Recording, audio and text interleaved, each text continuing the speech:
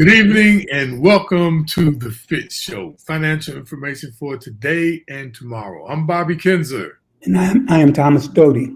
and welcome to another episode of our show, which we try to empower people with knowledge so they can be able to make better, sound financial decisions and create wealth, and especially generational wealth that they can pass on to their children's children. Last week, we talked about how to research mutual funds. That was very enlightening. Got a lot of feedback from that because we know a lot of people have the employee plans, 401k, 403b plans, have a lot of mutual funds in there. And we really help trying to let people know the different classes of assets within mutual funds that you can invest in. This week, we got a whole nother topic where we're going to be talking about how bonds fit into your portfolio. But before I go any further, I'd like to remind you to please click on the thumbs up button, the like button, because it gives us traction and it opens up our bandwidth to reach people. And the people who are watching on YouTube, go out there and subscribe to our YouTube channel, and that actually helps us broaden our wonderful viewership. And we'd like to thank everybody who's been coming on and giving comments and asking questions and passing it on. And make sure you share this with other people too. So, Dope, the last few weeks, man, the stock market's been like just just been crazy. Today's up over 200 points. How have you been making out?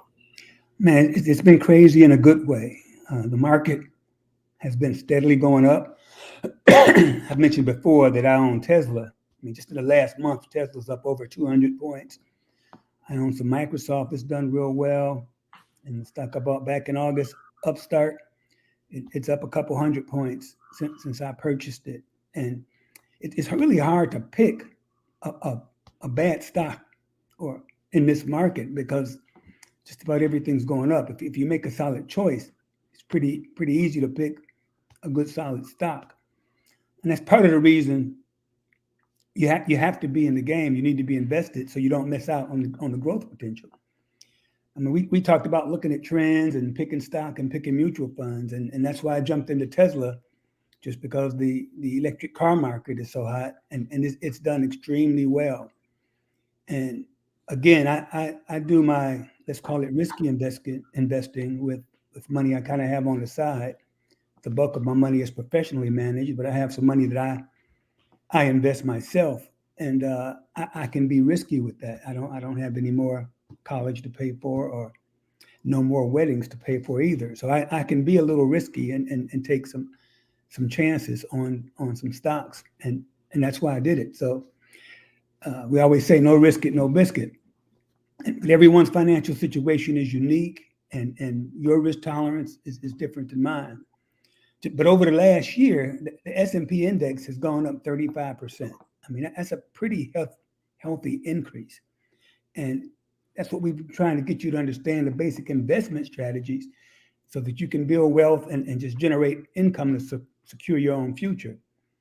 In the last 6 months, we've covered a lot of topics, and our primary goal has been to empower you to be more knowledgeable and confident in taking control of your financial well-being.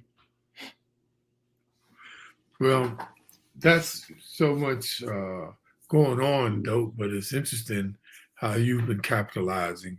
And you tend to be, and like we've always talked on the show, the more of a higher risk taker. But me being a low to medium risk taker, I've made out pretty well myself too. Now I had some stocks in NXP, which is a semiconductor. And semiconductors are in all cell phones. And a lot of cell phone companies, like Apple, for one, they do not produce semiconductors. So if you have a semiconductor stock in a phone like iPhone or any other phone, you could be making out there. And this particular semiconductor is in some of the other cell phones. It's in all the cars, with the smart technology, and I'm talking about Mercedes-Benz and Lexus, it's doing great. It's actually have doubled. And then had a Fidelity Growth Mutual Fund, and that's been paying return over 25%. And I also have been putting money away for my daughter who's in college now, first year since she was born, the 529 plan. And that has grown over 50%.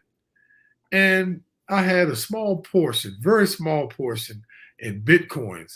And I'm up over 50% now from what I invested in Bitcoins. I didn't get in until late, but and just about maybe a few months ago, maybe 4 months ago, and I'm already up 50%.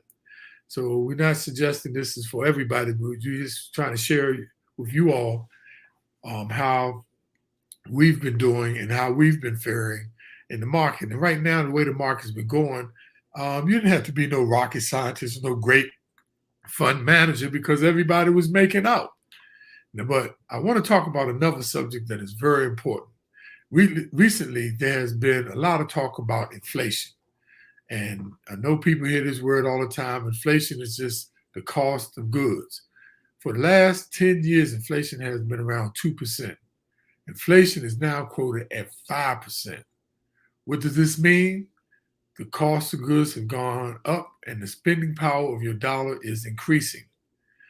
And here's an example. If you had an investment giving you a return of 10%, factoring in inflation, this means your net return is really only about 5% because of inflation. Now, the Social Security Administration has announced that inflation adjustment for Social Security people who receive Social Security for 2022 is going to be 5.9%. Now, this is the largest increase in 4 decades. The prospective Social Security increase is only the government's attempt to keep you in pace with inflation. So it's not like it's helping you to get ahead. It's really just trying to keep you in pace with inflation. I mean, I'm thankful for it. I receive Social Security, so I am thankful for the 5.9%. This is, and so recent studies have also shown that your buying power is being reduced by companies giving you less value for the same dollar spent a year ago. For example, hotels don't clean your rooms as often. Restaurant service is slower and not as good. And this is what they call skimpflation, where people are trying to skimp off the top because the things are going up, the cost is going up, and I'm sure you've even seen gas prices going up. This is why you need to earn more than what you can make in a savings account. You, at a minimum, must keep pace of or outpace inflation so your purchasing power does not decrease. This is the reason why you should acquire appreciating assets. We're not saying the market is going to always go up. Remember that. There are going to be adjustments to the market due to pandemics, political concerns, environmental mishaps, and global conflicts. However, if you take the long play approach to investing, history has shown that you can benefit. And, me and Dote are just, we reap benefits from that. So that's why I know you all probably get tired of us always saying, make sure you get your financial goals and know your risk tolerance, but get into the market. And this is why, you all, because there's only a few places for us to really increase our assets and to purchase appreciating assets. And just the stock market just happens to be one of the places. We know that that's not the only place. You got real estate, you got commodities like gold and silver. We know all of those things. But we always say, and we just this show been going on for what? How many months now? It's the 24th show. 24 shows. So that's about what, 6 months? Yeah. And in this time, what we've been saying, it's proven it's happening right in front of us. So take some heed of that. Don't like to. Well, just for the record, the couple of things I'm looking at investing in, and this is definitely not a recommendation because, again, I do things based on my own situation. But I'm going to look at some Pfizer and only because that's all you read about in the papers. Pfizer this, Pfizer that, and plus the fact they pay a dividend of 3.8%. And so Whoa.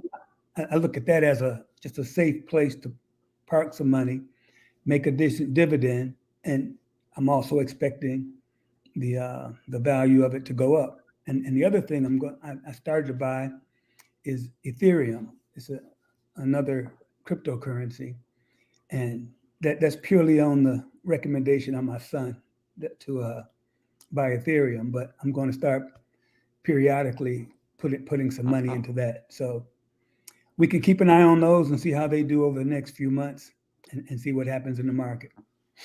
Hey, Doug, if I can, just for a brief moment, I want to talk about that cryptocurrency called Ethereum, because most people probably heard of Bitcoins.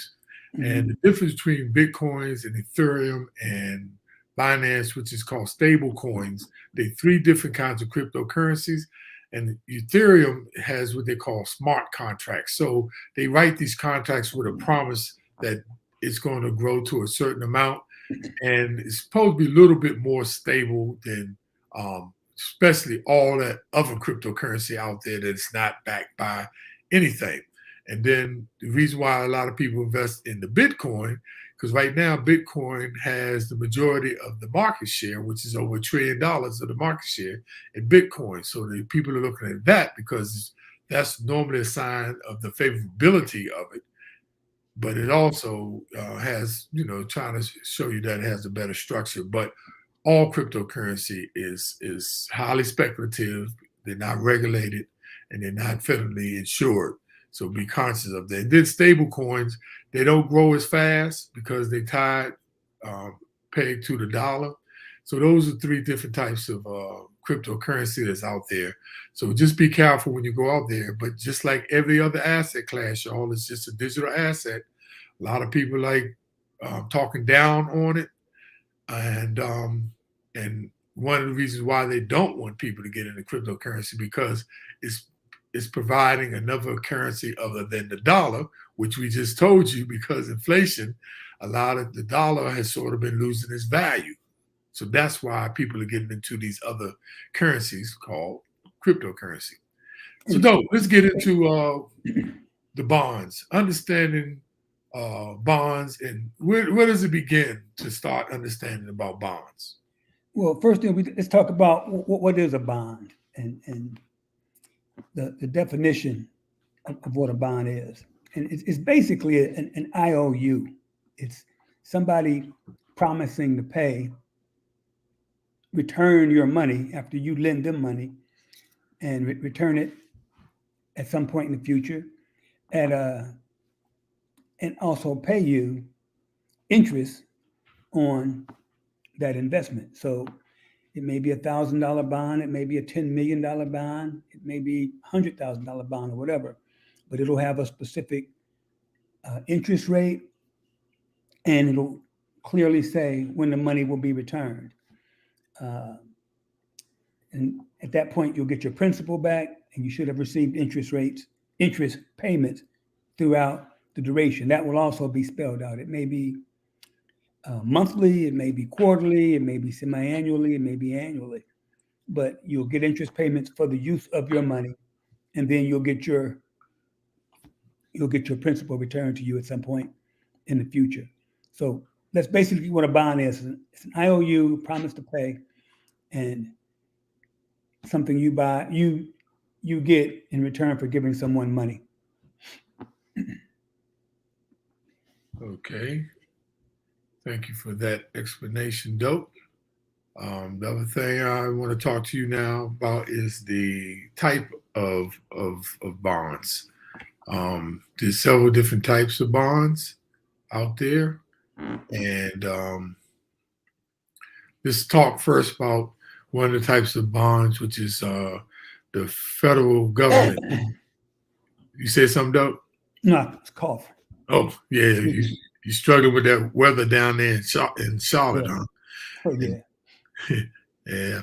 And so government bonds, federal bonds, or bondholders of government bonds are loaning money to a government when you're a bondholder. You're actually loaning money to a government, provided the government the one that you invest in does not default on this type of loan.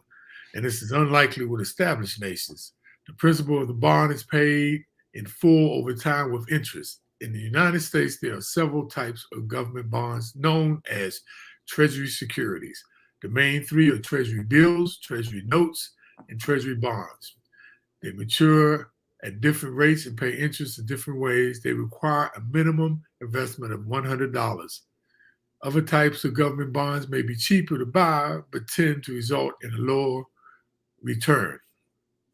Then you have what they call municipal bonds, better known as munis. The word municipal relates to smaller local governments like those which govern towns, counties, cities, or states, but they're not nationally or federal governments. Just as investors can loan money to federal governments, so too can they loan money to local governments, usually to help fund specific public projects like water and sewage upgrades, hospitals, schools. While many local governments around the world issue municipal bonds, the United States municipal bond market is the largest and is considered one of the safest. The next one is called corporate bonds. As the name suggests, corporate bonds are where investors loan money to corporations. They make for riskier investments than government and municipal bonds, but the potential returns are much higher. So to avoid investing in high-risk corporate bonds, investors usually go to bond rating agencies. We want to talk about that to provide organizations, a little bit sound information so they can understand the credit worthiness of the corporation that is actually lending the bonds. Now, there's other entities, there's other types of bonds out there, which are high yield bonds and what they call short and intermediate bonds that focus on a wide variety of issues. One particular one is called junk bonds. This is the name given to high-risk bonds from companies or governments that receive lower bond ratings and have a greater chance of defaulting. Junk bonds should generally be avoided by most investors, as there's very good chance that one will not return what it is promised to do, and you can possibly lose your money. But however, some more aggressive investors still choose occasionally to invest in them because, like we always say, the greater the risk, the greater return. Okay, now let's talk about a little bit about bond risk level, because you have, excuse me, basically two bond rating, bond rating agencies. You have Moody's and S&P, and they go from everything from AAA down to C. And so when I say that, it means you have AAA, AA, single A, triple B, double B, single B, all the way down to just one C. And that tells you the risk level involved with the particular bond issuer. And think about it another way, you got treasury bonds, which are pretty safe and secure as our government is, all the way to junk bonds. And so obviously the junk bonds would be the lowest rated, treasury bonds would be toward the beginning. And some blue chip corporations could issue bonds also, and they could be very, very, very, very strong or have a very low risk of default. And that might be something you'd look to invest in. But you got to look at your risk level. It's going to be inversely related to the return. Like we said over and over, the more risk you take, the higher return. So if you wanted a high return on a bond, you'd probably go more toward the junk or corporate bond. And if you wanted more safety and security and lower interest rates, you'd probably go more toward government, municipalities, or extremely blue chip corporations. Now let's talk a little bit, Dodie, about bonds and their place in your portfolio, which is the crux of this whole episode. there's an inverse relationship in interest rates with bonds. For instance, when interest rates go up, bond prices, the value of bonds prices go down. When interest rates go down, bond prices go up. Invert, and that's why you good to have bonds in your portfolio mix, because you have stocks with a much higher risk, but at least bonds, you can hedge against if the stock market is going great, interest rates going up. Normally the bond prices go down. Why? Because people are going to invest to the higher interest rate stocks and things in the market. But if interest rates go down, then people are going to go to the safe because bond prices go up, and they're going to go to the safe, more secure, because bonds usually are fixed, have fixed rates on them. So that's why, and they're less risky, inverse relationship. And then, like I just said, it's good to have a mix. The diversification of bonds and the different types of bonds that you can diversify within the asset class itself, but also with different assets like stocks. And you can have, and I'm sure you've seen growth funds and what they call income funds. Then you have growth and income funds. And it's a good diversification to have bonds because of the nature of bonds, like we said, especially if you have government bonds, which are backed by the full faith and credit of the United States government.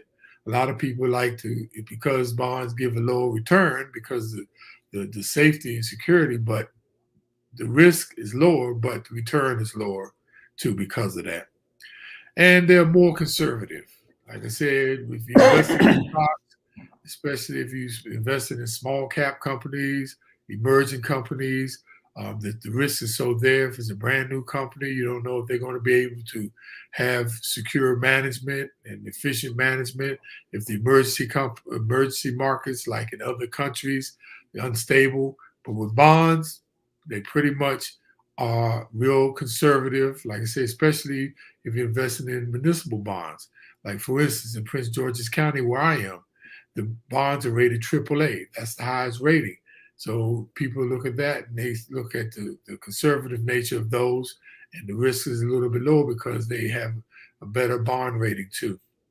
Then you have mutual funds where bonds are into like a mutual fund. For instance, if you have a thrift savings plan, the government 401k plans, thrift savings plan, they have the F fund, and that's usually bonds. And that's why it's good to have a mix of the C fund, which is stocks, and bonds, which is F fund. And then you got the G fund, which is government securities, right? Which are like the treasury bonds. But you can also invest in bonds in mutual funds where they have several. And like we always talk about mutual funds, it's like not putting all your eggs in one basket. The other thing I want to talk about is the reward is lower than stocks because they're a little bit more conservative, and less riskier. But like we say, lower the risk, the lower the return. But some people like to sleep at night and know that they're going to get that return on the bond. And then we have something which is called the bond ladder. And the bond ladder is a particular portfolio where you have a portfolio with fixed income securities, which each security has a significantly different maturity rate. And the purpose of purchasing several bonds with varying dates of maturity rather than one large bond with a single maturity date, you minimize the interest rate risk, you increase the liquidity, and you diversify the credit risk. And it's called the bond ladder. Bond ladder. So you get a mix of different bonds maturing at different dates and different times to meet your different goals. Then yes, that's. And what else? Oh, one last thing is okay, so a lot of people, once you get that bond contract, it's usually set. It gives you the interest rate, which is fixed, and it gives you the maturity date, which is a fixed date and time when it's going to mature. But the value of the bond could go up or down, like we talked about how interest rates go and the fluctuation. So you can actually go and calculate the value of your bond. And there's a lot of what they call bond calculators out there, where you just put in the maturity date, the interest rate, and the value of the bond, and it'll produce what that value of that bond is. And it's called a bond calculator. So those are the type of things that why bonds have a particular place in your portfolio. Okay, let's talk a little bit about how you buy a bond and the different types of bonds. Typically, if you have a brokerage account or financial advisor, you can buy it through that particular brokerage firm. Now, they'll tell you that there is no fee, but typically they just add the fee to the price of the bond. And it's usually around a 1% fee. I'm not for certain if you can buy certain types of bonds, like corporate bonds or corporate bonds from directly yourself. I don't think you can. I think you'd have to do that to a broker, but I'm not entirely sure. Now, government bonds, you can also buy those to a brokerage firm. And again, they're going to find a way to charge you a fee, but you can also buy those directly from the government and you won't have to pay a fee. You can buy them directly from the Treasury Department. So you can do that on your own. In your company 401k plans or 403b retirement plans, you can buy bonds. And Bob mentioned several different types of funds that corporations may offer. And what you have to look at is again, the risk level involved and the particular diversity or balance you want to have in your particular savings plan, and make sure you understand how much you want in bonds versus how much you want in stock. And again, bonds are going to be more conservative, stocks are going to be more risky. And that's why it's good to have a balance of both, because they typically don't do well in the same types of market. In markets where stocks are doing well, like now with low interest rates, nobody wants to invest in bonds because bonds aren't paying very much money. So that's why there's so much money plowing into the stock market, because you really don't have a lot of alternatives. You don't want to buy a bond that's paying 1% or 0.5% or whatever, or 2%, but it's very low returns on the bonds. You can buy them directly from mutual fund companies, and again, that would be, you can buy them no load through like Fidelity, Schwab, E-Trade, any of those brokerage firms, or you can use apps and websites to buy your bonds. But as Bob mentioned, they should be a part of your portfolio. They help alleviate some of the risk involved in stocks, and it just kind of give you a balance of conservative versus risky, and definitely should be a part of your portfolio. Hey, Dope, I want to give a shout out to our viewers who connect with us, our loyal Modestine Johnson, wonderful Garnett Nickens is always out there, our frat brother, Alpha Phi Alpha Clutch McCargo, and my co-worker John Lease is watching. And then I got my Ace Boost Coons Apple Scrapple, Melvin Little is out there watching. One of DC's finest, working for the DC government, one of the finest. So hello, everybody. Thank you all for tuning in. Reason why we're talking about these, though, is because we always talk about managing your portfolio. And whether you choose to manage your portfolio or you're having a financial advisor managing your portfolio, it's important that you at least understand the basics of what's going on within your portfolio. Like I said, whether you're doing it personally or you have a financial advisor, that's why we're trying to provide this kind of information. We want you all to be empowered, because we know it's a lot of information. So look, we just want to remind you all out there on YouTube, please click on the subscribe button. And on Facebook Live, can you all click on the thumbs up button as much as you can, and the heart button, all of those gives us traction. So Dope, that brings us to this hour of the summary and takeaways of what we've been talking about tonight. So let's get it.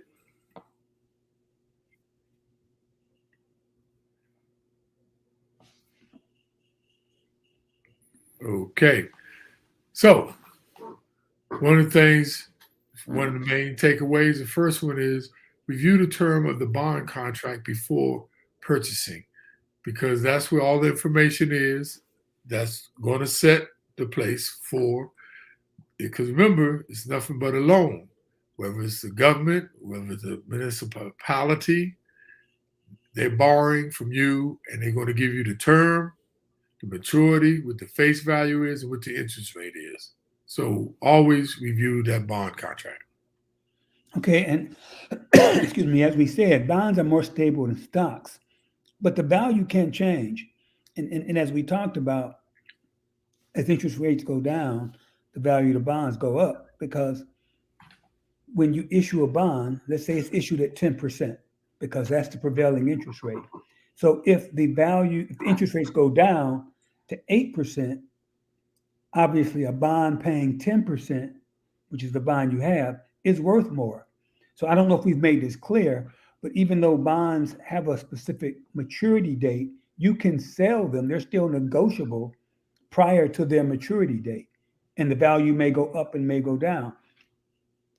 As the interest rates go down, the value of the value of the bond goes up, and vice versa.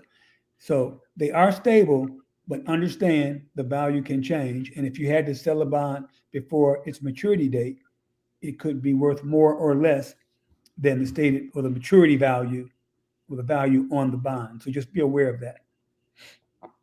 Next, understand the risk level to determine which type of bond to purchase. We can't say that enough. You need to understand the risk involved in any investment, whether high, medium, or low. It's important that you understand the risk level, especially with the type of bonds you're purchasing, so that you make sure it meets your needs. And that's just plain and simple. Understand the risk level. We can't stress that enough. Yeah, and as Bob just mentioned, ensure the bond you purchase meets your financial goals. And we talked a little bit about a ladder where you buy a bond that's going to mature at different times, so you don't have all your money tied up at one time. And it may be a long-term bond you're buying, and you're doing that to pay for college or for retirement or whatever. But just make sure it meets your particular goals. A bond that I may buy may not work for you because it may have a higher risk level, or it may be something I want to be conservative in and have a lower risk level. So find something that meets your particular needs and help you reach your own goals. And finally, bonds do have a place in your portfolio. They offer a source of stability and fixed income. That's why a lot of older people like to invest in bonds, because they're retired and they're going to know they want to get a stable, consistent, fixed income from bonds. So that's our spiel on bonds, everybody. I hope if you didn't catch last week's show, please go back and you can review these on Facebook under the FITT Show, under the videos. And you can also go back and look at all the past shows under YouTube, under the FITT Show, FITT. And the reason why I'm suggesting this, because last week's show ties in directly with this week's show, because we're trying to help you understand how to, if you haven't, to develop a portfolio which you can have a nice mix and balance in there. And that way, it doesn't matter if it's a tsunami, a pandemic, presidential race.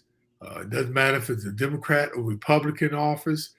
If you manage and properly structure your portfolio with some of the instruments we're telling you about, you could just put it in and get it balanced and just let it work for you. When the market go up, you might have bonds. But if the market go down, You got bonds, and it's inverted relationship. So that's how you hedge with the market with some of these things we're saying. And we're going to be talking about more going forward in the future. There's so many other things out there, but we want to thank you tonight for tuning in. Dope, is there anything you'd like to add before we tune off? No, just think about what we said about how the market's doing. We're not trying to convince anybody to do something that they're uncomfortable with or don't understand. That's why we're trying to explain some of the basic principles of investing. And it's like I said, this market has gone crazy. I've done quite well, and we're just looking to share the knowledge that we have and pass on some of the successes that we've accomplished and help you reach the same. And Dope, if you just look back over the 24 episodes that we've done, and we kept talking about this, about the market and how to structure, have financial goals and know your risk tolerance and how the market does return, but it's not going to always do this. And just in 6 months, though, we've proven our point. So if you think we're crazy or we don't know what we're talking about, the proof is in the pudding. But remember, like we said, we're not crazy, we rich. So yeah, so the thing is, you all, is knowledge is power. Knowledge is power. So please share this with your family members, your co-workers, your friends, because this information is valuable, you all. We've been talking about social justice for years, but we leave out equity inclusion. The two together, like one pair of eyes, you see one clear vision. Because the one thing that people do understand is money. And money definitely gives you a better position to be able to deal with the everyday things in life. Money ain't everything. Don't get me wrong. But it's better than not having any. So, yeah. So with that, you all, thank you all for tuning in and all the people out there. Next week, same time, 8 p.m., the FITT Show. Financial information for today and tomorrow.